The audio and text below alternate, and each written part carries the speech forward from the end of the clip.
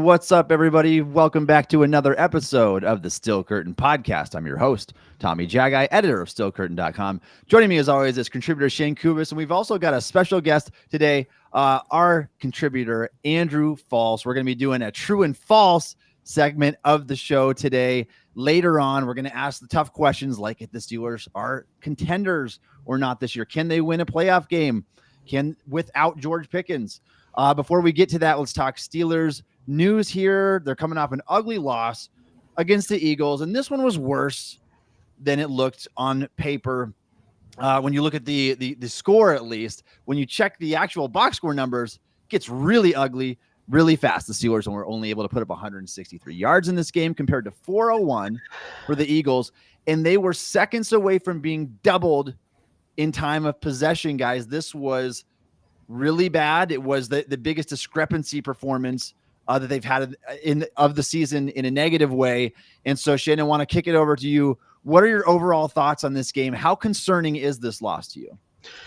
It's concerning in the sense that, and we're going to talk about this later, there's a lot of questions about whether the Steelers team are true contenders or not, whether they can win a playoff game, whether they are different than some of the teams of the past few years in any significant way. And a game like this makes you question that a little bit, right? Because this is another powerhouse in the NFL. You're supposed to be able to contend with teams like this, and they simply couldn't. And it wasn't even because Saquon Barkley had an MVP performance. It wasn't because the offense was completely useless, even though it was in a lot of ways at times. It was kind of everything. Nothing really went their way in this game except for a couple big plays by the defense, which wasn't enough to really make the game close. So in general, it's something that you have to say is at least a little bit concerning.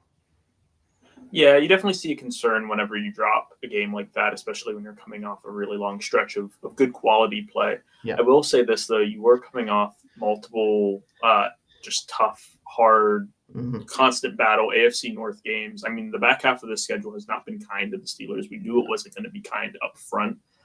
So you lose to a team like the Eagles. I'm not saying it's inexcusable because it's not. You always want to see the best foot forward, and there was obviously a lot of concern in this game. But if you were to drop any of these games over that stretch, losing to the Eagles is easily your best bet. Obviously non-conference, non-divisional, so you can kind of skate around that.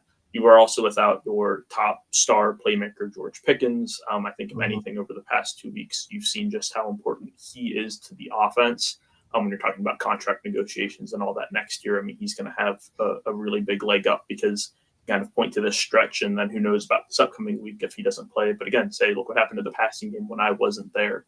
And that was a concern we all knew about going into the season. They didn't have a lot of receiver depth. They knew that. They wanted to really focus in on Pickens, which worked when it worked. But now when he's out, you haven't really seen anyone step up entirely.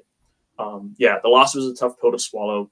Almost kind of an expected one, though. I think most people kind of saw the writing on the wall. Going to Philadelphia, you haven't won there since '65. It's not. I'm not ready to spiral out of control and say, it's over. They're complete pretenders. Concerns, things that need to be addressed, but you got an upcoming Ravens game and then a tough short week going into Kansas City. So get their heads screwed on straight, and let's really see what this team's made of over the next couple of weeks. Yeah, and look, losing to the Eagles, I mean, that's something that a lot of teams do, right? This team is on a 9-game winning streak. I actually did in my power rankings roundup today. A lot of media outlets have the Eagles as the best team in the NFL now, especially after the Lions just lost to the Bills. I mean, they're winning. They've some of their games have been close. They haven't always had the best passing attack, but this is a really talented team, and the Steelers just couldn't match that talent. I think that was evident in this game for sure. And now, like you said, Andrew, we're going to look at least a 60-year streak of the Steelers not winning in Philadelphia. It's been 59 years so far. These teams only play each other once every 4 years, barring their record matchups. And so we'll see if we end up getting one of those record matchups here and not having to go that long again before playing the Eagles. But this was, if I circled one matchup on the schedule before the season that I could chalk up as a loss, it was this one. You play on the road in Philadelphia. This team just never has success there. In the Super Bowl era, they are 0-10 in this situation, 0-11 maybe now. So it's been really rough. So surprisingly, though, even with this loss and as ugly as things looked, something good came from this. The Steelers were able to secure a playoff spot, 100% secured. It is not meaning that they are going to win the AFC North. This could be a wild card spot we're talking about here. But because of the results of the Texans beating the Dolphins and the Broncos beating the Colts, that officially makes the Steelers, so even if they lose out down the stretch, they are not going to get a spot taken away from them. So at least some good came out of that. Yeah, and I think that as good as that is, I think the pressure on this team to continue to play well is good. Like, I think that the fact that they haven't locked up the division, especially with Ravens still winning their game, which expected against the Giants, that's going to give them still something to play for down the stretch. But the pressure being off with the playoffs, as far as having a spot, hopefully will make this team play a little bit looser than they have at times this year. Yeah, and I mean, locking up now is obviously better than, sitting on pins and needles for the very last week to see if you can squeak your way in, like we typically do. Accustomed yeah, to. we typically do. Yeah. So I'll take it. It's not the the ideal way to do it, but we're in. We're locked up with a spot. There's still work to be done, though. Let's talk next week after the Ravens game, see if we have the North locked up. Then you got a whole different conversation about, okay, when can we rest players and kind of see what we have elsewhere. Maybe Justin Fields gets some more work if you want to see a little bit more of what you have in him or not. But no, happy to see them get it locked up now as opposed to a couple of weeks from now. It's just a testament to the fact that this is a better team than we've seen in years past. Yeah, you said it. It's nice to not have to wait until week 18 and then need 4 things to go your way for the Steelers. Titans beat to the get into the Jaguars and whatever else was last year. No, it's secure. They're going to have at least a shot to make that 3-game in a row stretch to get to the Super Bowl. Very, very challenging. Obviously, if you have to come from a wild card spot, if you're on the road, all that stretch, including these couple rough games here. I mean, you talk about a hard 3-game NFL scheduling catastrophe. It's making the Steelers play the Eagles on the road, and then 6 days later play the Ravens on the road, and then 5 days after that play or host the Kansas City Chiefs. Maybe the only thing you can get harder than that is you slide the Lions in there at some point, but that is a really, really hard stretch, and it's the smallest stretch that you can possibly get to fit 3 games in. So not ideal there. We'll see what they come away with. Worst case scenario, that spot is secure. Let's talk about TJ Watt's ankle injury for a second, because this is potentially big. Just a lower ankle sprain, which that was a huge relief. We're super glad nothing popped there. When I saw him go down, I'm like, and there it is. There's the season hopes, the pessimism coming out a little bit there, just knowing how dependent this team is on Watt and his health getting into the playoffs. They didn't have Watt last year against Buffalo, and we saw that the Bills were just able to take advantage of Pittsburgh's defense. So priority number 1, now that you are locked into the playoffs, make sure your guys are healthy. Make sure Watt gets there healthy and Pickens gets there healthy. I want to see Watt win a defensive player of the year, another one, just like everybody else does. But it's not going to mean anything if you go into that wild card round without your best player. Yeah, and that's the thing is if the ankle injury is as, doesn't have as much severity as we thought it might looking at it on the field when it happened, and he could play this week and it's not a huge concern, then great, right? Because we could definitely obviously use him against the Ravens. It's a big game. Like you said, Andrew, would just determine the division, I think, straight up if we were to win. So it's an important game, but also there's no more important game than the ones you're going to be playing in January. And we need TJ to be there if we want to have a realistic shot of beating really any team we might face in the playoffs, right? So if he isn't 100%, I at least want to see him on a snap count, maybe, maybe play him on big downs. If he's not 100%, let Herbig handle a lot of the workload and kind of try to get by that way. But if he's good to go, then, good to go. He can play him. Yeah, this is why you trade a 7th-round pick for Preston Smith, right? Yes, you get the opportunity to get someone at the trade deadline for pennies, and it fills out what depth at one of the most important positions on the field. Yep. Even if you were to miss some time, or if you want to rest him to make sure he's healthy for the playoffs, you have 3 capable guys. I mean, Smith is probably the least capable just because he's newer to the system and all that and older, but you got 3 guys that can still keep your edge strength strong. Not saying that it replaces Watt. You're not replacing Watt. No. But you have that flexibility now to where, like you kind of said, if he's healthy, sure, you can give him some snaps, but you can kind of keep him on a bit of a snap count. I mean, if he's fully healthy and you want him out there, especially for the Ravens, where it's a key game, by all means do it. Get your best players out there and get the division locked up.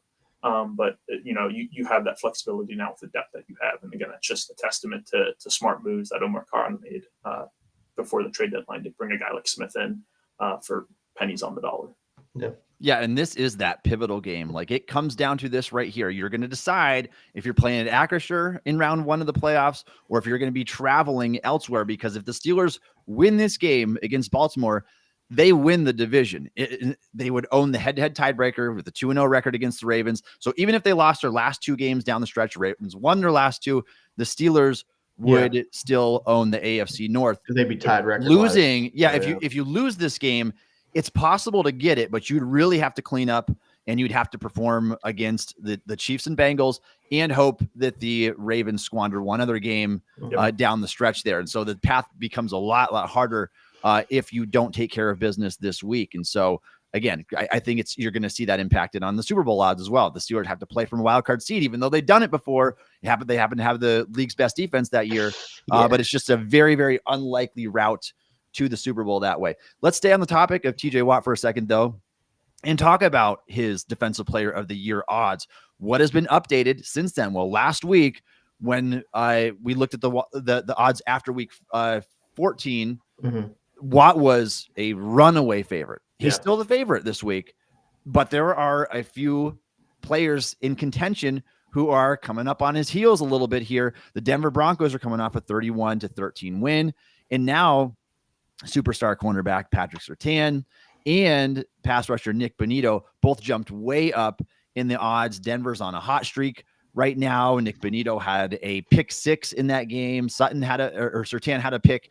And so now the latest updated odds according to FanDuel Sportsbook is TJ Watt is at -160, followed by Pat Surtain at +340, Nick Bonito at +650. And then you have got a couple long shots like Will Anderson +1400, Jonathan Greenard +2600, Danielle Hunter +2600, Myles Garrett +3300.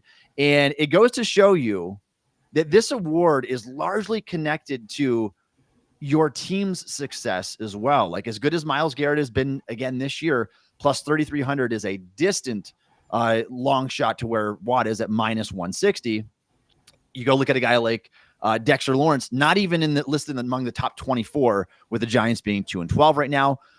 Chris Jones, his team does have a good record in Kansas City, obviously the best record in the league, but Jones's production has really dropped off. And so a guy that hasn't had a sack in 6 weeks now, it's hard to have him as one of the top candidates. So Watt is in prime position. He's got to take care of business these last 2 weeks. Do you guys think that he's going to get it done? I think, and we'll talk about this later. Hang on. Yes. I think we will talk about it later. Question stay for later. So we will talk about it later.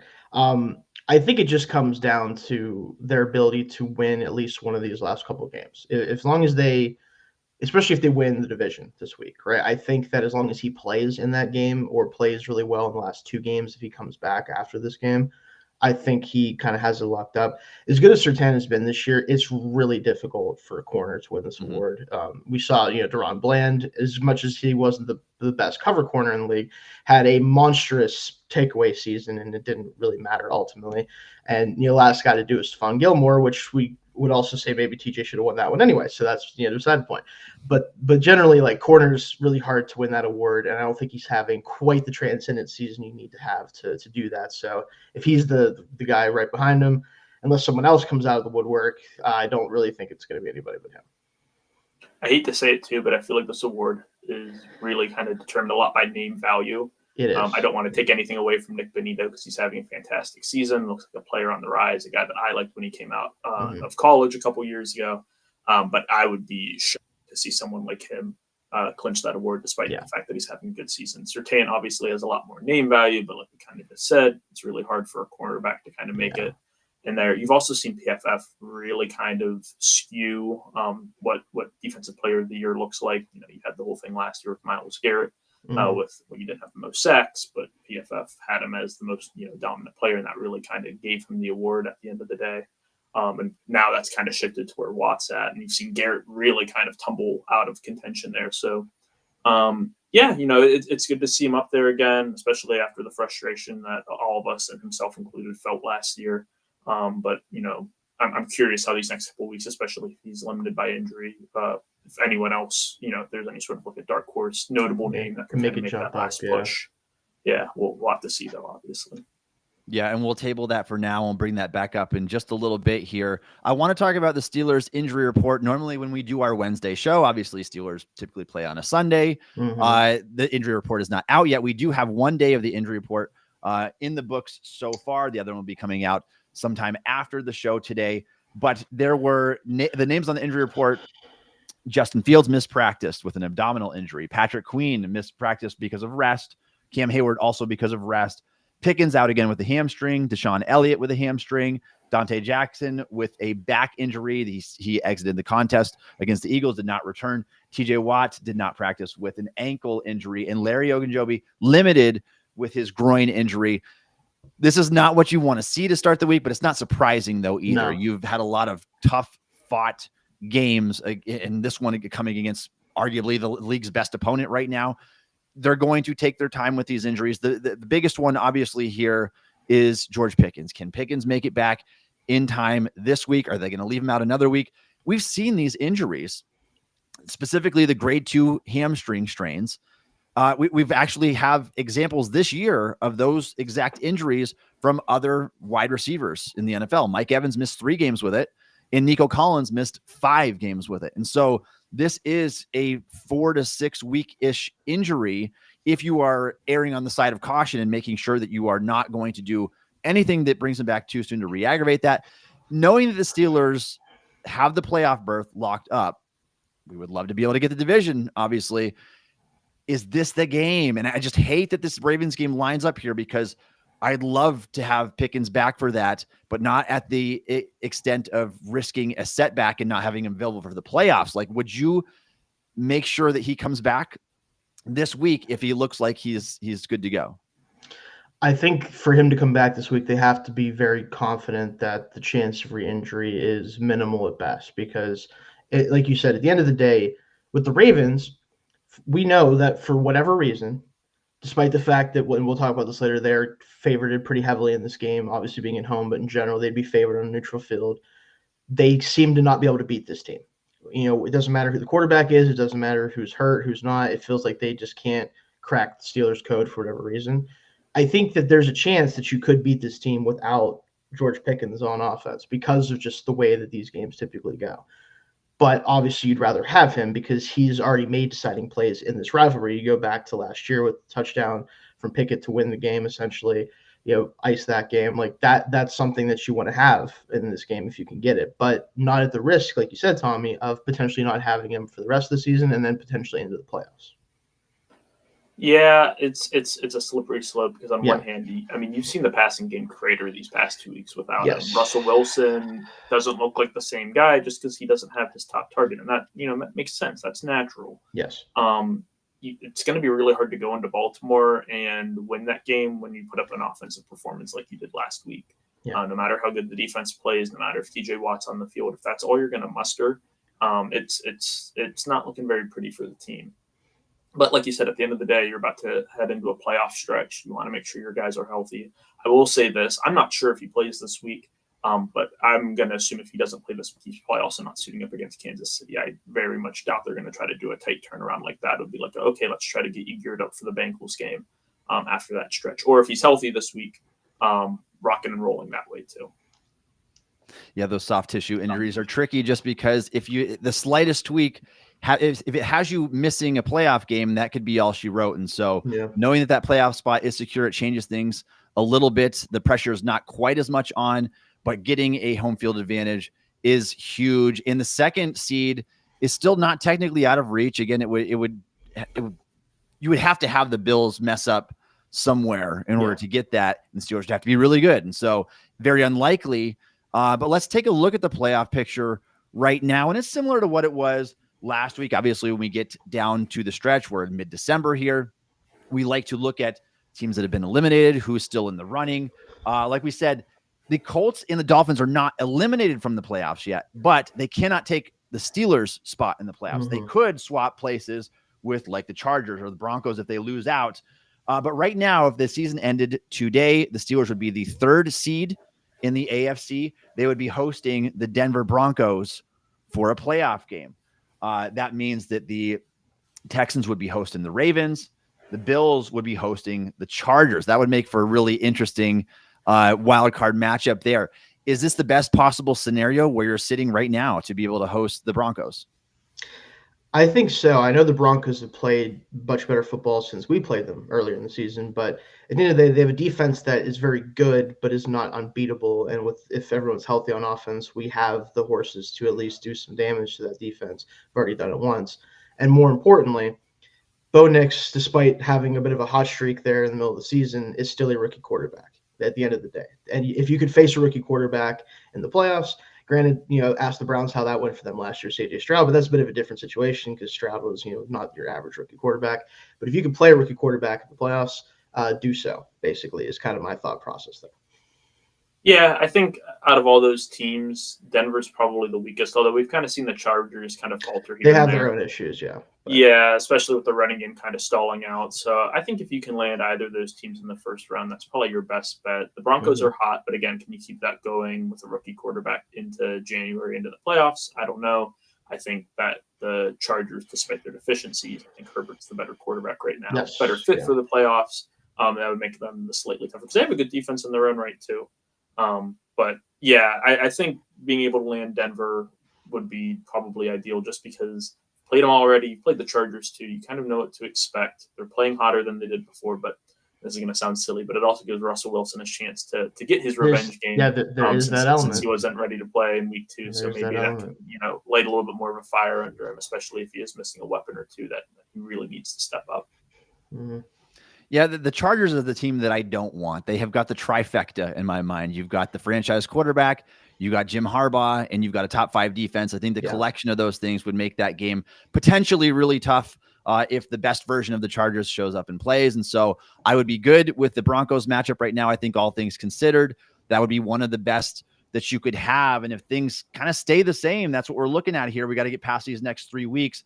A lot can change since then. The Steelers could be looking at anything from falling down to one of the bottom wildcard teams and maybe playing on the road in Buffalo like they did last year. It all depends on how these games go, but we'll continue to track that over the next couple of weeks here. And as we approach playoff time, if you guys are here joining us in the live chat and you'd like to ask a question, please drop it in. We'd love to be able to have those conversations with you here. We're going to briefly go over the Steelers, our notes from the Steelers versus Eagles game, highlight some of the good and the bad from that one. And then we're going to get to our next segment after that. So let's start with the offense in this game and quarterback Russell Wilson. It was a forgettable performance, and I'm not putting it all on Russell because we know that those receivers are not spectacular. In fact, you take George Pickens out, Steelers have the 30th best receiving corps in the league. It's really bad. It goes downhill really fast after that. But Wilson's game was not good either. And so he, in this contest, 14 of 22, 128 passing yards, 5.8 yards an attempt, couldn't get anything going. You go back and watch the all 22 and you can see guys aren't really getting open. I thought Calvin Austin had a solid game. Everybody else was really forgettable contest.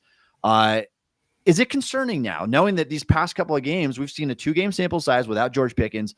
Wilson has not been able to get it done through the air without him.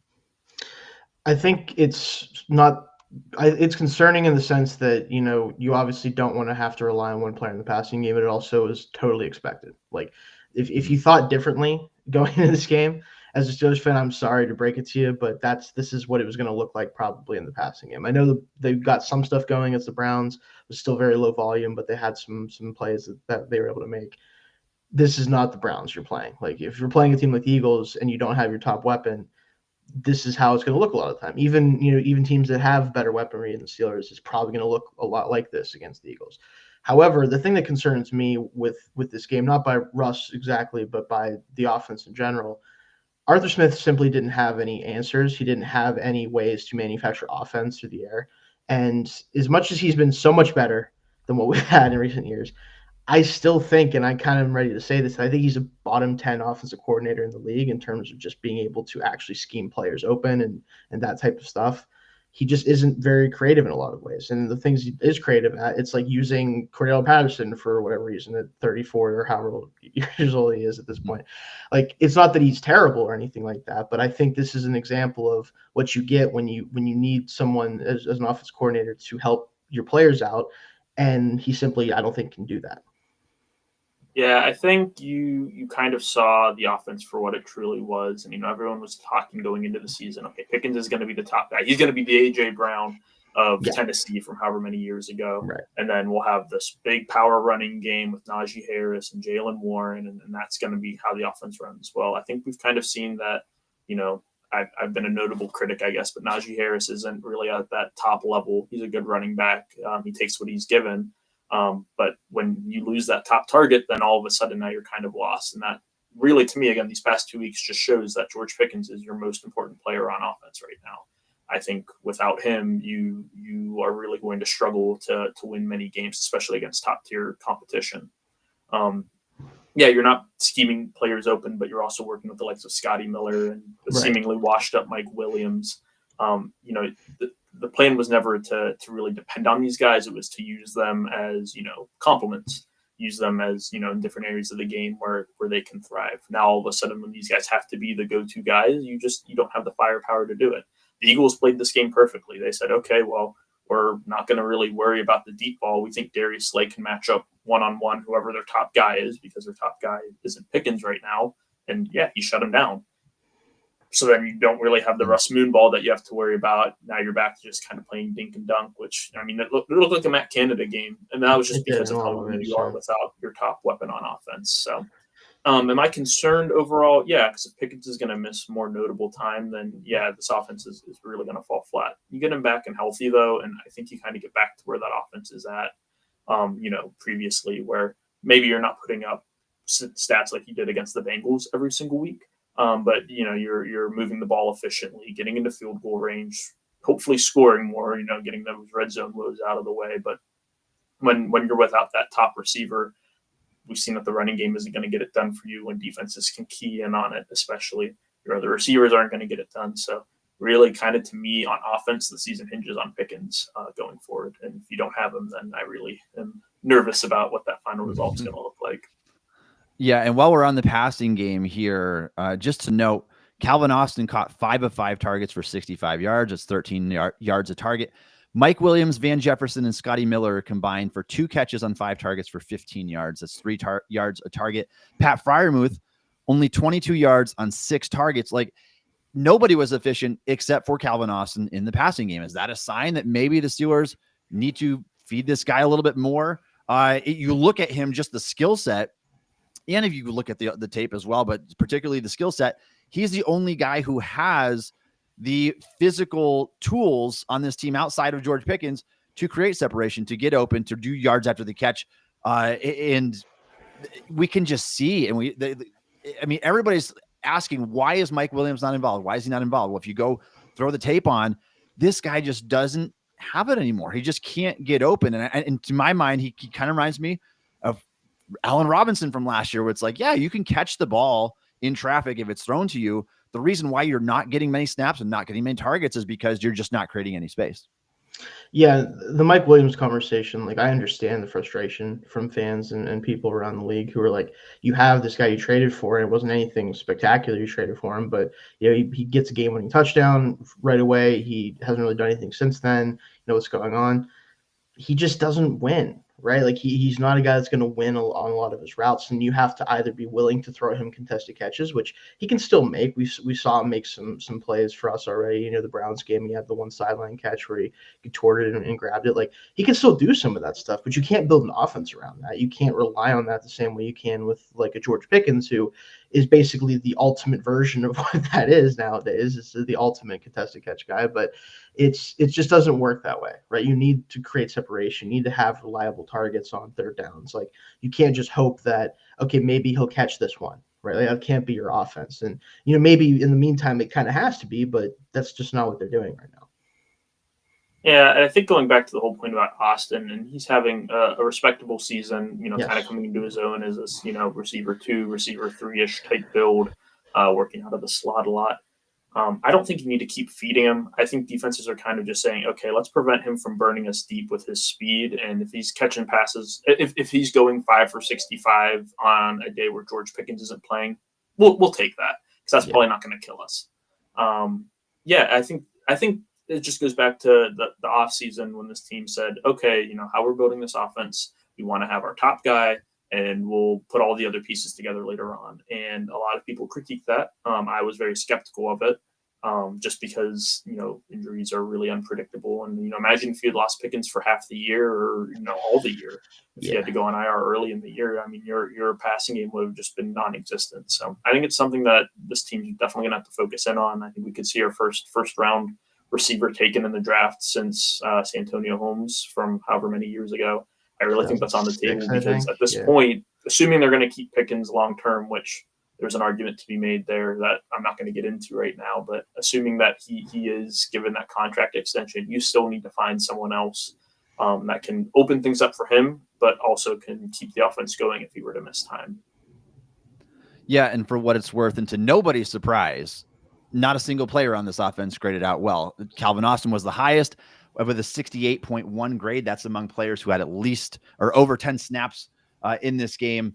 Najee Harris down at 37.8. And it's not hard to believe when you see the results there. 14 yards, had the fumble, 2.3 yards a carry. Not all of it's his fault. Shayne, you pointed to kind of the blah game plan a little bit here in the passing game, but in the running game as well. And we always doing these toss sweeps and plays that just aren't working. I mean, the success rate of those plays has been abysmal for the Steelers this year. So I don't know why you continue to try to hammer home something that is clearly broken instead of trying to fix it, make the adjustments needed. And again, a lot of it is personnel. You don't have the wide receivers to make the necessary in-game changes because you're just not very talented there without George Pickens. But the running game should be better than what it is. It's disappointing to see it kind of crumble in recent weeks like this. And now collectively, I mean, Najee's had a really rough stretch here, averaging right around 3 yards a carry since the bye week. And so you have to go back before the bye where he had that really good 3-game stretch leading up into the bye, 100 yards, 3 straight games,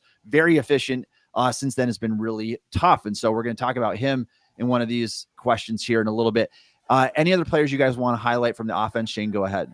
I just want to, as far as the topic of Najee Harris coming up, I want to ask you a question, Tommy. Would you say, and this is something we talked about during the offseason coming into the season, would you say that Najee's the ideal zone running back? No, not really, right? No. He's currently tied for 3rd in the league in zone runs with Saquon Barkley, who is about as different of a runner as you possibly can be from Najee Harris. I talked about it going into the season, right? That as much as Najee isn't this elite running back, he also is the type of running back that needs a certain type of run call. He needs a certain type of scheme to thrive in with his skill set. He is not his own running back. He's not a guy that's going to make quick, hard cuts up the field quickly with explosion. He's not going to be able to make good on a lot of the spacing with his own run. He just doesn't have the speed and burst to do that, right? This scheme is just simply not a fit for him. So if you're going to keep running him as much as you are, you either have to change up the type of runs you're running, you have to get rid of the toss play and throw it in the trash with whatever other plays you want to get rid of, and you have to reinvent the running game if you want him to continue being the lead back. If you don't, which I think considering the results recently, I think is probably the right thing to do, then Jaylen Warren needs to start getting these zone runs because you cannot continue to ask him to do this. It's just not going to help the offense to do that. If you want to put him in only for like gap power runs and let Warren run most of the actual offense that you want to run with the zone running scheme, which I get is what Arthur Smith likes to do, and we knew that, then fine. But you can't keep running into a brick wall like they've been. Yeah, I mean, I'll save my thoughts for Najee when we bring him up in our little roundtable coming up. But yeah, it's been disappointing to see him kind of fall back off. I think you really saw him kind of kick it into gear when the passing game, when Russell Wilson kind of came in and kind of really opened that up because now all of a sudden he wasn't facing stacked boxes. Yes. To me, he's a running back that can take what's given to him. And these past couple of weeks, teams, again, knowing that the passing game is probably not going to be there, they can key in on them again, similar to what we've seen the past couple of years. Where they can just kind of stack boxes and make it hard to go by. What I'm most disappointed in, and probably my biggest gripe now with the offense and Arthur Smith, is that you came into the Bengals game with a really good play call and offense drawn up, ready to go, ready to be aggressive, ready to take that back. You came into the Eagles game almost looking like you gave up before the game even started. We're just going to run, try our short passes, not really do a whole lot. And you're limited. I know you don't have Pickens. I get it, but to me, that was waving the white flag before the game even started, was just seeing them come out and just trying what you knew wasn't going to work and sticking with that throughout the entire game. It almost kind of just seemed like, okay, we'll roll over for this game. Let's put our focuses elsewhere. Again, I don't think it's the end of the world, but that's probably my biggest complaint coming out of this game is that this team, to me, came in pretty okay with giving this one up. They didn't really seem to have a good game plan to combat the Eagles, and despite the fact that they were injured and all that. They just kind of seemed like they were ready to go. Yeah, and the lack of game plan adjustments and the lack of execution was as bad as it gets. And you look at the early drives in the game, 3 plays for 3 yards, 3 plays for 2 yards, 3 plays for -11, 4 plays for -8 yards, 3 plays for -5 yards. And that's how they started the game off here, with negative yards in their first 5 drives of the game. That can't happen. And a good offensive coordinator needs to prevent that from happening, regardless of the talent that's on your roster or lack thereof. And so that is clearly an issue. I see we've got a chat about Arthur Smith here. Shayne, do you want to drop some chats here for us real quick? Yeah, so we have from Anthony here, Arthur Smith is an average coordinator at best. I agree. I think he is average on his best day. I think that when he's firing on all cylinders with all his players, he does do some things well. And he's such a step up from what we've gotten that it's hard to really sit there and criticize him too hard, I think, in some ways. But at the end of the day, you're not just being ranked against what the Steelers have had, you're ranked against the entire league. And frankly, he just doesn't stack up very well across the league, in my opinion, in terms of what he can do given whatever situation he's thrown into. I'd give him above average grade just after this season. And maybe that is some bias from seeing what Canada looked like for the past couple of years. But, which is fair. I think when you see his vision as a whole, I can get behind it. But when it's actually in practice and when the unpredictable things, the injuries kind of pop in, that's where you kind of see those issues come. I mean, he took a Ryan Tannehill that had been pretty mediocre his entire career and brought him back from the dead. And then the moment he left, Ryan Tannehill kind of went back to not being very good. And you've kind of seen the same thing with Russell Wilson. Probably to a lesser extent, you're not seeing that same, huge output, but you've seen a lot better. You're seeing better Russell now than you saw than anything in Denver and probably maybe even his last year in Seattle. I mean, you're seeing a revitalized Wilson play. And that definitely speaks to me that Smith is doing something there. That's right. Is it perfect? No. And when you're getting into patches like this where you're not at full strength, yeah, you can call him into question. But I'm okay with what he's done this season, and I have not completely turned and lost my faith in him as a coordinator. Yeah, and I would agree. I was slightly above average for me is where I would put him right now. I think that part of it is the lack of personnel at certain positions. Obviously, like a valuable position like wide receiver, we see when Pickens is playing a very different type of offense. And by all their metrics, so they're still a solid football team, a pretty respectable offense. I think I even have those numbers right here because I just tweeted this out before the show. The Steelers are 10th in points per game. They're 18th in yards, which that's the worst of their metrics. Offensive EPA is 16th. Total DVOA is 11th. They are in average to slightly above average offense. You factor in the defense and they're a good team overall. I think that they're somewhere between like the 7th and 9th best team in the league right now, maybe. But the offense obviously is a bigger issue than what the defense is on the whole. Any other ones you want to get to, Shayne, before we move on here? We had someone just talking about kind of like what we said a little bit earlier, like from Corey here, who's late to the chat, but we're going to be okay. It was one bad game against a great team fueled by media drama. We were still a contender, but yes, we need to clean up. So in general, like I said, this loss in general isn't really changing my overall thoughts on this team. I think it's more of just a disappointment in the sense that I wanted to see more fight in a game like this, right? It's less about the result of it being a win or loss, but the way they lost is certainly a little bit demoralizing when you look at it from a holistic perspective. I agree. I haven't jumped ship. I haven't said, the season's done, but it was my biggest frustration was kind of just the offense rolling over like it did, but that doesn't change my outlook on the rest of the season. Yeah. And obviously we would have hoped Pittsburgh would have put up a better fight than what they did and not quite such a lopsided from the box score and on film. Mm-hmm. But yeah, you expect to lose a road game to a really good team like the Eagles. Hopefully that's the last egregiously bad loss that they have the rest of the way here. Hopefully.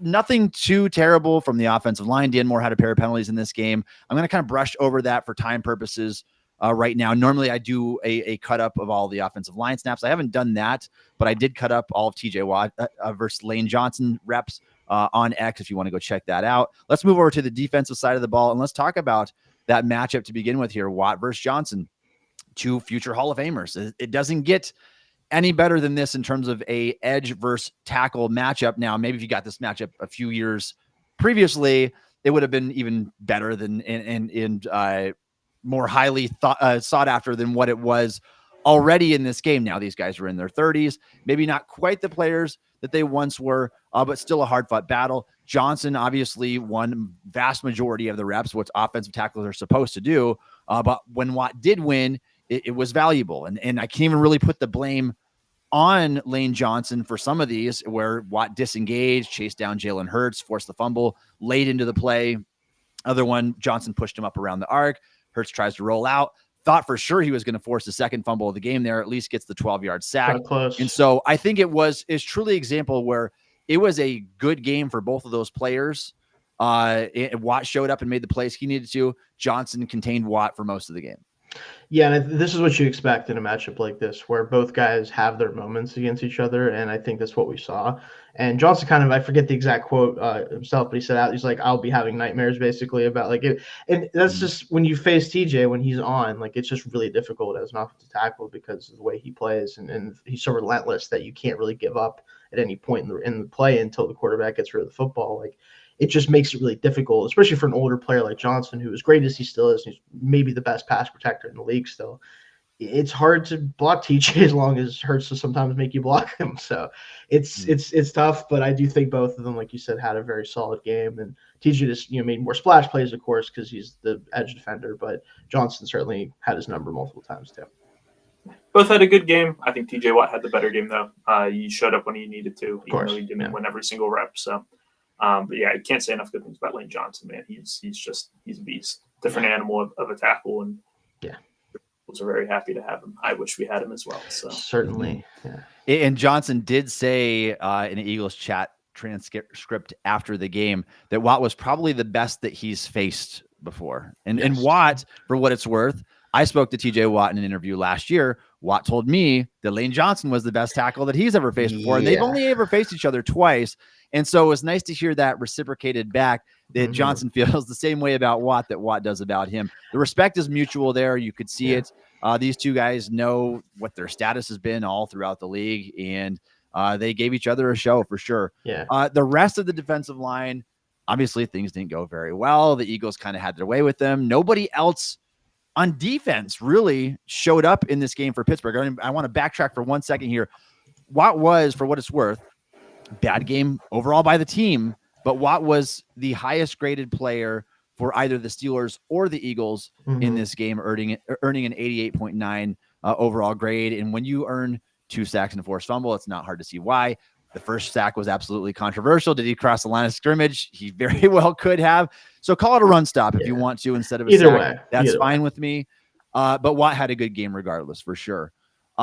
Anybody else along the defensive line or anything on defense you want to highlight here? I mean, Cam Hayward and Alex Highsmith both had 4 pressures. Highsmith also had a sack as well, I believe. So like they were good as a pass rushing unit, and that's fine. It just didn't matter ultimately. That's kind of the problem, because everyone else kind of stayed home today, I feel like, or that day in a lot of ways. And again, it's really tough against an Eagles team that is as talented as they are, and the fact that the passing game, as much as it's been very low volume recently, except for against us, they have the weapons. There's no question about whether or not they can throw. It's just that they've been kind of, I think, trying to avoid it because of some of the struggles that Hurts had earlier in the year with consistency and taking sacks that he shouldn't take. But they were able to get it going against this team, and we'll see if the secondary can bounce back. Yeah, I don't have as many issues with the defense. It wasn't a great day, like stat-wise. Like, you look at it as a whole, and you're like, oh, man, the Eagles just ran up and down the field. But the offense did him no favors. And at the end of the day, you held the Eagles to 27 points, which is still high. But, realistically, when you get into the playoffs, if you're facing a Bills or even a Chiefs when they're on, I mean, yeah, you're probably going to give up 20, 25, 30 points to a team like that. You need to be able to counter that. So At the end of the day, the defense wasn't perfect, but they shut down Saquon. That was obviously their goal. They did that. He didn't really, have, that big of an impact of a game. You gave up some in the passing game, but that was going to happen no matter what when you're so focused in on the run. But I think at the end of the day, your defense could have a performance like that. And when this offense is healthy, you can still win. So I'm not like fire everyone on the defense, because I think that's something you should expect when you're facing a top team like the Eagles. And, you need to be ready to counter that with a good offense. And had you actually been able to be on the field a little bit more, maybe your defense is a little bit more well-rested. Maybe. They can kind of show up a little bit better. So no major issues, I guess, defensively on my end. Yeah, Andrew, I think what's most deflating of anything in this game, not even the dismal start, it's the fact that the Eagles could run 10 minutes and 29 seconds off the clock, and you never get the football back because they just manhandled you. Both sides of the ball, they manhandled the Steelers. Again, these type of games happen. Maybe if it's played in Pittsburgh, you get a different outcome here, or at least a closer game. The Eagles might be the best team in the league. They're a really, really talented roster. Before this past week, I would have put them up there with Detroit. And probably even ahead of Buffalo. And now maybe you can argue those three teams in any which order. But in terms of top to bottom talent, I mean, I think it's the Eagles and the Lions, probably the two most talented teams in the league. And the Eagles showed that, unfortunately, against the Steelers in week 15. I'm going to breeze over special teams and the rest of this defense so that we can keep the show moving here. If you are a fan of the Pittsburgh Steelers and would like to support the Steel Curtain podcast, please consider subscribing to the Steel Curtain podcast on YouTube. We appreciate all of your support. All right, now because we have Andrew here with us today, we are going to do true or false with Andrew Falce. And Andrew, I'm going to kick these over to you. We've got a series of questions here. I want you to, first of all, answer true or false for these questions, and then give your reasoning. When you're done, we'll kick it over to Shayne and then back to me, and then I'll ask another question. So let's start with this one. Andrew, true or false? Steelers can win a playoff game without George Pickens. I'm going to say false. I kind of go back and forth on that. I think anything's possible. Any given Sunday, I get it. But when you're without your top playmaker, your most important piece on the offense, it's really hard to overcome those odds. So I'm going to say that if Pickens is not playing in the playoffs, I don't see them winning a game. Or if he were to miss a game, I don't think they have the talent to be able to overcome that right now. I mean, I'm also going to go false with the caveat that if they were to play the Ravens in the first round, I'm not sure if that's a possibility with seeding or whatever, but they can always beat them for whatever reason. That's always on the table, for at least in recent history. But even then, I still think probably not. Like, especially this game coming up, if Pickens doesn't play in this game, still would also pick the Ravens to beat them. So generally speaking, outside of something wild, I agree with it being false. Man, based on the 2-game sample size that we've seen without Pickens, the offense has been really, really bad.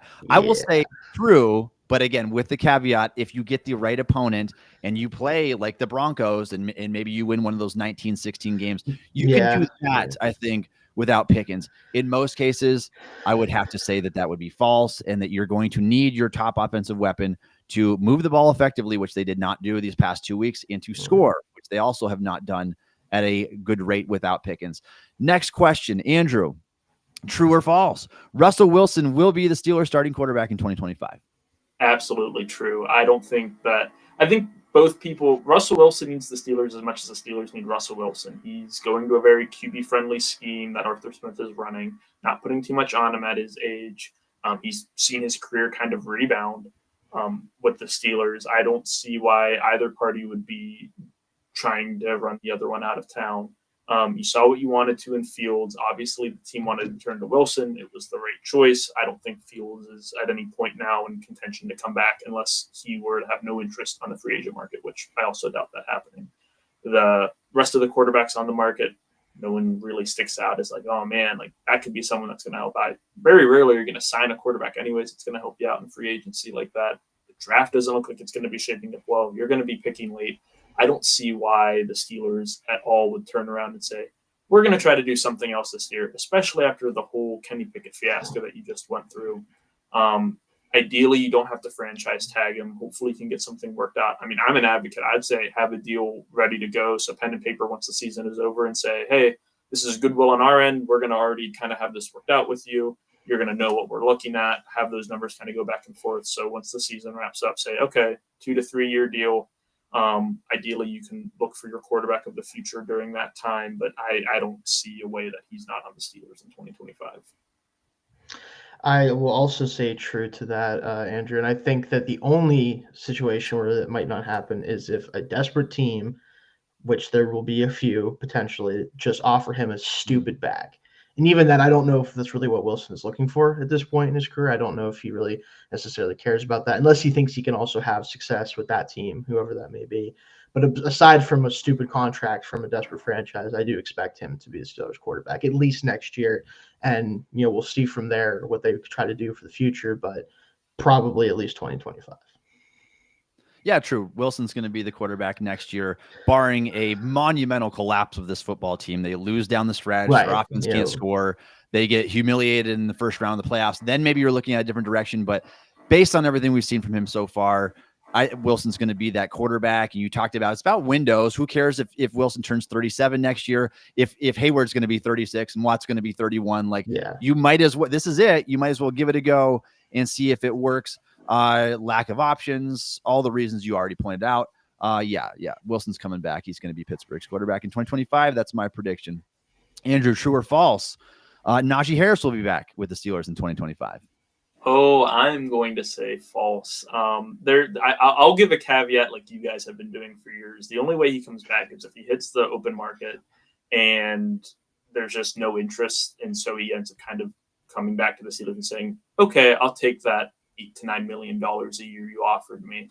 I just don't see that happening. I'll be honest, I don't think he's super thrilled to be in Pittsburgh, especially after his option wasn't picked up. You kind of see the displeasure. I don't think he's extremely happy here. I think he's probably going to be looking to get out. If the Steelers franchise tag him, I think that's a horribly dumb move after they could have had him for $7 million a year. Yeah. I think if you're giving him a contract significantly more than that number, I think it's a really bad business move. I think Pittsburgh kind of declined him knowing that we can find value in the running back market elsewhere, whether that's bringing back Jaylen Warren on a short deal, giving him his tender amount. They can go either way there. They could even not bring him back. I'm not entirely sure what they're planning, but I mean, you've seen teams like the Chargers that have kind of just fished out all these, middling, cheap, low-end running backs, and they've scraped together a good rushing attack built behind a really solid offensive line. I think the Steelers are kind of framing themselves that way.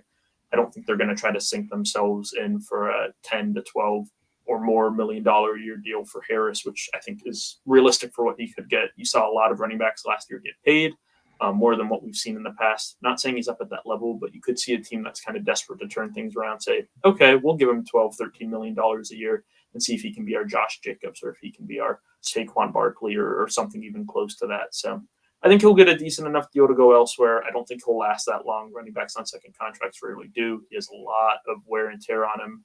He stayed healthy, but I don't know how much longer that's going to last. So I don't think he'll be back. Again, the only way he does is if there's just no interest in him on the free agent market. But even if someone offers him a deal on the cheaper end, similar to what I think Pittsburgh will end up offering him, I think he'll be looking for a fresh start. Yeah, I agree. I think false is the correct way to go here. I think not only is it what's going to happen, but I think it should happen given what we've seen. Because if they're going to continue with this offensive philosophy with Arthur Smith, he simply isn't a fit. Like I mentioned it earlier, he's not a fit for this offense in any way, shape, or form with the style of runs that they want to call. It's better for both sides if he were to move on to a team that will hopefully use him more like a gap runner as a power runner and not force him to stretch runs outside to create plays. I think that's the best thing for him and for the Steelers. And I'll be honest, as someone who's starting to get into the scouting side of things for the draft this year, the running back class is loaded to the point where you can wait till the mid rounds or late rounds to probably pick up a runner that could fit this scheme and be a better fit for much cheaper than Harris will be. So I think if it was me, and also I think the Steelers would do, I do not think he will be back in 2025. Yep, I'm going false as well. I don't see it happening. I mean, Najee's had 1,063 carries in his first 4 seasons in the NFL, over 1,700 carries between the NFL and college. The wheels are going to come off at some point. we know about running back shelf life, 26. That's your peak. Najee turns 27 shortly after this season. Nothing is going to line up well for this front office, who I think is taking a more team building approach than the previous one under Kevin Colbert, where it was kind of year to year. And I don't care what's the right way to build a roster or not. I'm just going to draft guys and fill a hole. I think that Khan and Weidl are too wise for that. They're going to know that we're not going to throw $8 to $10 million a year to running back, whatever his contract ends up being, giving him a 3-4 year deal when he could just flat out be done at any point. And we saw it with Ezekiel Elliott recently, and a guy who was a better prospect, a better football player, had a better first 4 years than what Najee did. Wheels completely fell off of him, and he was toast. 27 years old. He was basically toast at that point, averaged 3.5 yards a carry over his last 485 carries Elliott has. And so it happens to most running backs, unless your name is Derrick Henry or Saquon Barkley. I don't have any interest in signing you to a second deal like that. So I'm saying false for that one as well. All right, Andrew, the Steelers have a top 5 defense in the NFL right now. Oh, this is a hard one. I went back and forth when I saw this as a question, because again, on one hand, and people always like to get on the defense when they're not, shutting teams down and holding them to 3 points and under 100 total yards. And, we saw that early dominance, and that was impressive. We haven't seen defensive play like that for a while, and they've come back down to earth. But, in the modern NFL, which is still very, offensive happy, I think they're close. At the end of the day, you have seen some other defenses kind of step up. Steelers are very advantageous, but they also can give up a lot of yards. I think they're just outside of the top 5. So I'll say, in terms of them having a top 5 defense, that's false, but it's like top 7. Like it's close. It's not like they're this drastic. They're not that far from it. And if they have a couple of good games to round out the season, I think absolutely they could sneak back into the top 5, in my opinion, at least. Yeah, I'm also going false on this one. They simply don't have the well-rounded talent at all 3 levels to be a top 5 defense, in my opinion. I think the front 4 in particular is what drives this defense. I think that the linebackers and secondary play off of that, and a lot of their success is tied to the front 4. If they're not having a good game, they do not have the talent on the rest of the defense to consistently shut teams down or even make it close in some cases. Until the secondary gets more players, especially corner outside of Joey, who is inconsistent in his own right, but at least has the talent to be a great player from week to week. They simply won't be a top 5 defense consistently. They will have top 5 weeks and even potentially finish top 5 in a lot of categories. But to me, I don't think they can be considered a top 5 defense. Man, we're on the same train of thought for this one. I am also going to say false, because I believe they are just outside of that 6-7 range. They're not as consistent as some of these other defenses in the NFL. When they show up, they can show up big. They can make splash plays. Obviously, they don't have the same type of sack totals that they've had in the past. They don't blitz as much as they used to, but they have some holes. They have some holes that can be exploited at times. I mean, Patrick Queen can give up 8 catches on 10 targets. Like we've seen it happen a couple times this year. Joey Porter's had some really rough games. And so if they get a little bit more consistency out of a couple of their defensive backs, some of their linebackers, I think that they are a top 5 defense. They just don't have that. And so I'm going to put them just outside of that mark. Andrew, true or false? The Steelers are a top 3 team in the AFC.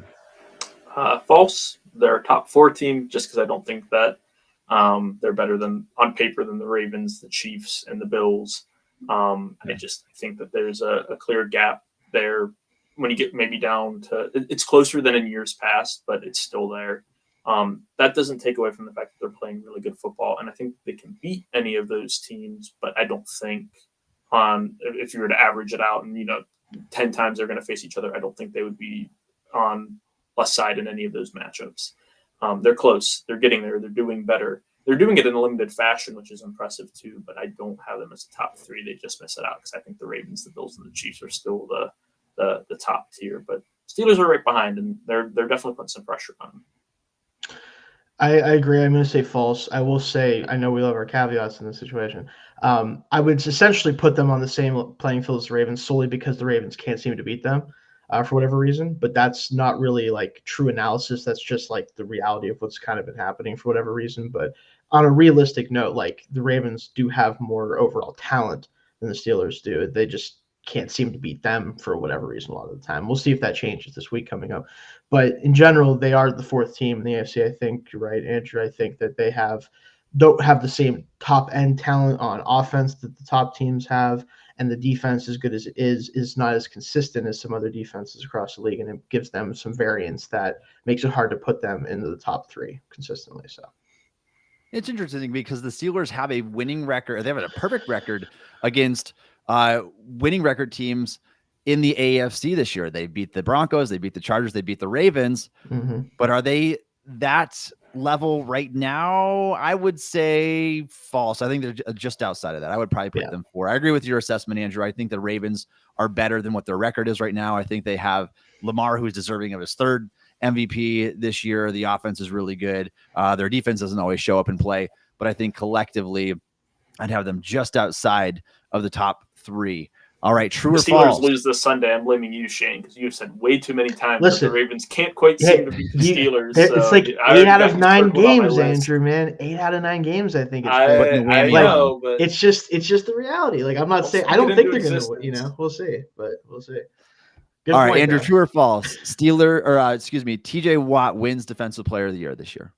I'm going to say true. I think that, again, and after last year, I've really kind of fallen away from the whole Defensive Player of the Year and all that, just because I think that the goal of it shifted. I think it's very PFF and name heavy, but I think that Watt fits those criteria this year, and I almost feel like it's almost like a little bit of a makeup, being like, okay, maybe you're not having your as statistically dominant of a year as usual, but to be fair, there isn't anyone else as like an outlier that's like, oh man, this guy has 18 sacks and is just tearing it up. So I think when you look at his play as a whole, I think he'll end up getting it. Again, we'll have to see what this injury looks like. If that really hampers him over the end of the week and someone else shines, then you could definitely off a little bit. But I think at this point, it really isn't another name that sticks out to me that I'm like, oh, they're a legitimate contender. Max Crosby hasn't really done much. Myles Garrett's falling off. You had Aiden Hutchinson for a while at the beginning of the season who was on a tear, and it was it's going to be him no matter what. But then he's obviously out. Again, we kind of talked about it earlier. I love me some Nick Bonito. Happy he's doing well. Happy to see one of my guys, succeeding. But he just doesn't have that name value to really stick out. And, defensive back, it's really hard to win that award. But if there were a year, it'd be this one. But I think he ends up winning it unless, again, this injury is really that much worse than we think. Yeah, I agree. I think this is true. I think that barring him missing this game entirely and then also not playing very well down the stretch the last 2 games, if he does play in those games, that's the only way that someone could overtake him. And I expect him to, even if he doesn't play in this game, he will most likely be back for the last 2 games of the year and healthy enough to kind of wreak havoc. So I expect him to win it. Like you said, Andrew, is it necessarily his best season or a season that would normally be Defensive Player of the Year worthy? You could debate that. I think also, by the way, Cam Hayward should be getting much more love in this award race as well, but it's hard for 2 players on the same team to get love in an award race like this. So that's what it is. But I do believe he will take the award home. True. TJ Watt wins Defensive Player of the Year, his 2nd. Now, there's going to be a lot of debate about this. There's going to be some pushback here. A lot of people not going to be happy about it. You can argue that TJ Watt is not deserving of being the DPOY this year. You can't argue that TJ Watt is not deserving of being a 2-time DPOY over the course of his career. And call it a makeup one, like you said, Andrew. If that's the case, so be it. Yeah, he could have had it last year. He could have had it in 2019. He could have had it in 2020. He was legitimately good those years. Stephon Gilmore never should have had it over TJ Watt back in 2019. So there were other times where Watt's been a top 3 finisher every year except for 2022 since 2019. Yeah. And 2022 was the year, obviously, tore his pec. And so a top 3 finisher every year to only get it once. He's deserving of it twice, whether that's this year or last year or in 2020 or 2019. He still deserves the award twice. So there shouldn't be that big of an argument at the end of the day, especially considering how close he was to getting it last year as well. Andrew, true or false? Steelers will win at least 1 playoff game this year. True. And I think if they don't, then you need to have some serious conversations about coaching. You have the team built around to be able to do this. No matter who you're facing off against, you've gone through a really long period of mediocrity in terms of, just scraping by to get to 9-8 or 8-8 when it was still just 16 games. This is the year to make some change happen, and you showed that last offseason. You made overarching sweeps and changes to the roster in a major way. And it's all come together. If you leave this season just like in years past where, we looked fine during the regular season, had a respectable record, and then we tanked in the playoffs, I think you need to have serious conversations with people and really set some harder criteria for what success looks like next year. Because at this point, as a fan, it's frustrating to not have that playoff success. So, yeah, I think they can win a game, and I think they better win a game. I will say for this one, I think the answer is unfortunately very dependent on this week coming up. I think, to me, it's true if they win this division and false if they don't. I don't think they win a road playoff game as wildcard team, regardless of who the matchup is. And I think if they get a home playoff game, the matchup is probably going to be very favorable to them, and they should win it, and they better win it, like you said, Andrew. But right now, with the way this team is built, and especially if there's any more injuries that pop up, or if Pickens isn't 100%, whatever it is, like their margin for error is so small if it's a road playoff game against any of the other top AFC teams. I don't have faith in them to win that game, so they better win this one coming up, in my opinion. I'm going to say true, and it's simply because I don't know what would happen if this continues an 8-year drought without a playoff win. I mean, most coaching staffs are completely wiped out from top to bottom if you go this long without postseason success, and that's going to be the Steelers if they don't win. I think that they win that first matchup. I don't know how far they can go, but I think that they win that first matchup simply because the pressure's on. They have to do it. And so that's my early prediction. Just obviously not knowing the matchups, who we're going to get or anything. I will say yes at this point in time. And we have one more for you here. Andrew, true or false? Steelers are Super Bowl contenders this year. I said it after the Bengals game, and I'll stick by it. I think that they are a sleeper Super Bowl team. You saw them put up the type of game that we haven't seen from this offense since prime Big Ben against the Bengals, where he showed that, hey, we can come out, we can scheme it up. And it wasn't high difficulty passes. A lot of it was checkdowns, but it moved the ball. That's what other teams are doing too. It's not like every single team scheming up these just perfect game plans that are getting receivers wide open. A lot of the times it's, okay, my first read isn't open, I'm going to check it down where we have space. And you move the ball and you put up points.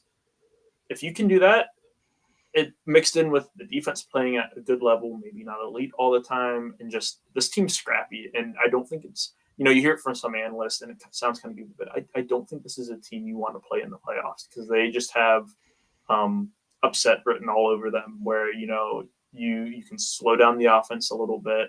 You have the best field goal kicker in the game right now in Chris Boswell, so if the game's close, you have that on your side. You get to the playoffs and anything's possible. And in years past, it's like, okay, well, if we get to the playoffs, we'll be lucky to win a game. Again, I think this year the expectation is we're going to get to the playoffs. We better win a game. And from there, I mean, the Chiefs aren't playing that elite brand level of talent that we've seen them play in years past. They're still very good. The Bills have been playing really well, but they're susceptible to turnovers and the occasional upset. And again, you get to that stage, and it's one game to determine anything. I think the Steelers can beat any team in the NFL right now. I don't think that that's going to happen consistently, and I don't think that they should be necessarily the favorite.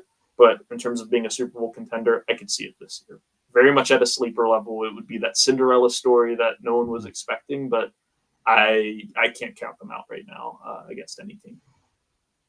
I think I will also say true, but I think that there's a specific path that they would have to follow, I think, to be able to have a chance to get there. I think you have to avoid the Bills. I don't think this team can beat the Bills. I think they specifically have too much ability at the quarterback position for this defense to thrive against. I think Josh Allen's the type of quarterback, especially now that he's kind of reined in the turnovers a little bit and reined in some of that stuff, that they simply, I don't think, have answers for him if he's playing well. Versus where you look at a Chiefs team that, because of the lack of offensive talent that they have going right now, without some of their weapons right now, Mahomes, great as he is susceptible to turnovers this year. He has been banged up a little bit. Obviously, has the ankle going right now. I think they could beat them. I think they could beat the Ravens. They have obviously shown that already. But I think if they have a path that runs into the Bills, that's where I think they stop. But if they can avoid them somehow, then I think they're certainly in business to get to the Super Bowl. The question then becomes, are any of the NFC teams that are likely to get there going to not beat this team. I don't know about that, but if we're just talking about contenders, yeah, I think they could potentially get there. I haven't believed the Steelers were Super Bowl contenders since 2017. That was the last year that I thought they legitimately had a chance. Year after that, Ben kind of went downhill a little bit. 2019, elbow injury. Pickett years, Trubisky. Obviously, that wasn't happening. I'm going to say they are true for this. They are contenders this year. I think that they've shown that they can win shootout games. They've shown that they can win the low-scoring affairs. Obviously, the game against the Eagles did not go well, but their season as a whole so far has, and they have beaten some good opponents. And the collection of their stats, offense and defense, shows that they are maybe the 7th or 8th best team in the league still this year. And they're doing it now on a hard schedule. We'll see how they finish that schedule. But at this point in time, I'm going to say yes, if things go right. They've got a Super Bowl winning quarterback, albeit it's been a long time since he's done that. Yeah. But Russell Wilson has shown traces this year where he did look like his former self in some of the best games he's ever had in his career, like the 414-yarder that he had against the Bengals. I think that they could do it this year, potentially. So I'm going to say yes, they are sleeper Super Bowl contenders. And that was True or False with Andrew Falce. Thank you for humoring us with that. We're going to move on real quick and do our Steelers versus Ravens Week 16 preview. Let's start with the odds here.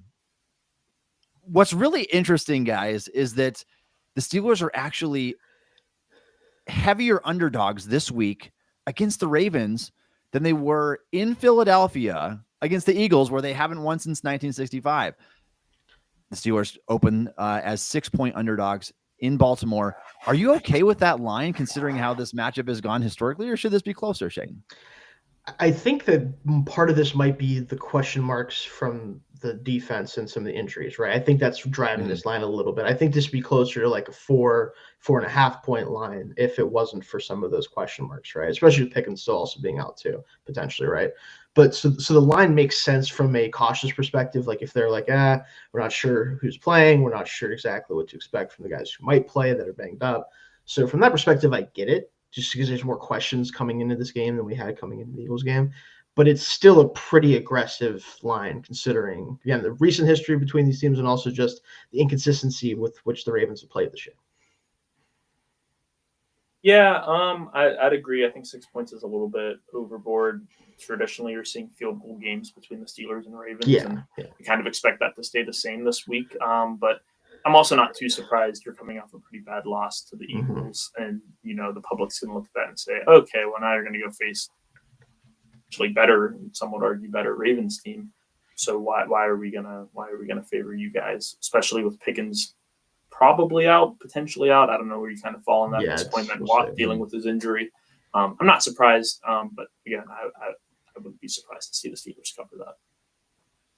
Yeah, the Pickens injury certainly factors into this, but knowing the Steelers' history against Baltimore, how hard fought these games always are, it seems like it's always a field goal one direction or the other. I think the line should be a little bit closer than this, maybe a 4.5, 5-point line. Right. 6 is the third biggest line in the league this week in the NFL, and so which is a little bit surprising, knowing how heated this rivalry is, knowing the Steelers have a better record than the Ravens, knowing that they beat the Ravens once already. This game is in Baltimore, so that factors into it as well. But interesting to say the least. We talk about injuries in this game. Pickens is the big one. It sounds like, just from what some in the media are saying, Watt should be able to go this week. And I have not seen a practice video of him. I actually saw somebody posted a video of Pickens running through individual drills, and he looked perfectly fine. And so doing the ladder and just no issues with the movement there.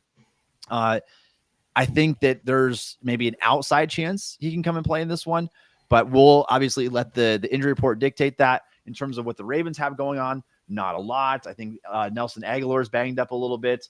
A few other guys on their depth who landed an IR earlier. But other than that, I think that they're a pretty healthy roster across the board right now. Yeah, injuries, especially on the Steelers side, it's really going to come down to whether Pickens can play. Because I think most of the other guys that are on the injury report are either, going to play, or if they're not going to play, it's not as big of a loss as Pickens would be in this game, obviously. So it really kind of comes down to his health and whether they can give him anything, even if he could play, like I said, a limited role. Maybe like I'd kind of worry about doing something like that, but we saw what this offense looks like with that. I might take it. If you can just jog down the field and get in position for a deep ball, maybe I'll take that at this point. It's pretty rough out here. Yeah, you definitely have Pickens circled this week. Would love to get him back. And again, I think either it's this week or it's after the Chiefs game. I don't think you're going to rush him back on a short week. So hopefully he can get back and play this week. Yeah, you talk about that. If the Steelers lose this game and the route to claiming the division goes way down the tubes, I don't think you rush him back. I think that would be my choice. Probably. You asked Tomlin though, and Tomlin was asked about TJ Watt. Well, why you have TJ Watt playing with 4 minutes left in the game, down 2 scores, and he's like, you play to win, and so he doesn't really care about that. He's made that very evident. In his defense too, like TJ could also get a touchdown. He could have potentially made it another game-changing play there that shifted the tides. Maybe gives him a chance in that situation, but you got to be on a pitch count, I think, for Watt or for Pickens. If either of those guys, I think Watt's going to go, but pitch count, I think, is important at this point. Obviously, you're gonna push him overboard probably to make sure you try to get this game and win the division. For Pickens, however, you don't want to push that guy too far. You get a setback with a hamstring injury, and you're back at square one. You don't have him for the playoffs, and so my prediction, we're doing this again after 1 day of practice so far. It was a walkthrough, is all. I don't think that Pickens plays this week, but we'll see. Stranger things have happened, and I think that it's certainly possible with the way that he looked in some of those workout videos there. Matchups to watch in this game. Obviously, the biggest task, it always is, stopping Lamar Jackson. The Steelers are the best team in the league at doing so. Can you do it when he's playing at his peak on his own turf, knowing that Watt is kind of hobbled a little bit this week? If he goes, this is going to be really hard. You're talking about a top 2 MVP candidate in the league this year and a guy that's won it twice. The Steelers have been really good. Can they do it again? I think what's so weird about recent games, especially too, is it's not so much. It's not that the Steelers are playing Lamar poorly, but his teammates are beating him more than we beat him in a lot of cases. You go back to last year with the first game of the season where they dropped the ball, like pretty much it felt like on purpose at times. It was insane. This past game, some of the same stuff where they had some weird drops, some weird errors by him. For whatever reason, even if he's not necessarily playing poorly, it oftentimes doesn't matter. They find ways to kind of drop the ball, legitimate, like actually, figuratively and literally. But obviously, it's a huge task to deal with him, and I think this team knows how to do that more so than anybody. And in general, they do that against a lot of mobile quarterbacks, right? Like that's kind of their if they have a bread and butter in terms of style of quarterback they play well, I would say it's that type of quarterback. So as long as they could keep him contained, and a lot of times, honestly, like in the last game, it felt like he could have run and he chose not to, which, you know, as good as he's become as a passer, I think he needs to use that as a weapon more often against this team, realistically. But it is going to be a lot of, you know, guys having to play very well, especially at linebacker, trying to kind of hawk him and make sure they know where he is at all times. Yeah, I think you look at Watt being healthy or being injured for this game, that's really going to determine how Lamar Jackson does. Watt just has such a way of making sure that, you know, he's not going to let Lamar kill us. Yeah. Whether that's by, you know, sacking him or, you know, just making sure that he's not going to get around and have that wide open space to do Lamar things. If he's injured, can you see a Herbig step up and do that? Can you see Highsmith step up and do that? You have Kim Hayward really disrupt the interior, which I think he has a good matchup this week. Yes. I think he can wreak havoc both as a run defender. Good to see him work. But yeah, you know, then, you know, once you figure out Lamar, now you got to figure out what you're going to do with Derrick Henry. And they did a good job of limiting him last time. They did a good job of limiting Saquon, but then you might sacrifice in the passing game. So a lot of moving parts this week. And again, you don't know what your offense is going to look like with or without Pickens. So definitely nervous about this one. Yeah, and that's the other one, Henry. Like, there aren't teams really who can make the Ravens one-dimensional because they're just so good at running the football. And Henry is, again, one of the best running backs in the league this year. If you can find a way to slow him down, force Lamar to kind of hold the ball longer than he should, even though he's so good at creating, you can make some splash plays there. You can make him a little bit vulnerable that way. And so I think that's the key. But yeah, definitely stopping Henry. Are there any other matchups that you wanted to highlight, either one of you? I mean, there's the obvious one of if Watt plays, or even if he doesn't, whoever's lining up against rookie tackle Roger Rosengarten, who has played better recently, but he's a rookie. He's definitely a guy that is much more of a finesse player. You can definitely run through him at this point in his career. So I'm going to be curious how they play that, especially if Watt doesn't play. I would actually kind of like to see Preston Smith on him a little bit because I don't think he can handle his size and power as well as he could handle the speed of like a Herbig or a Highsmith. So curious to see how they play that matchup if they don't have Watt, but even especially if they do, you want to see how he can hold up against a guy like Watt. I want to see more Jalen Warren. I want to see the offense get him involved and try to, especially if Pickens isn't playing, and saying, okay, well, let's get our big play threat in, a running back who can catch passes, who can block, who can obviously run the ball too. I want to see him really get involved in. The Ravens defense has been probably good, not great. I think that's probably a good way to classify it. Let's see if you can break off a couple of big plays because you're going to need them if you don't have Pickens.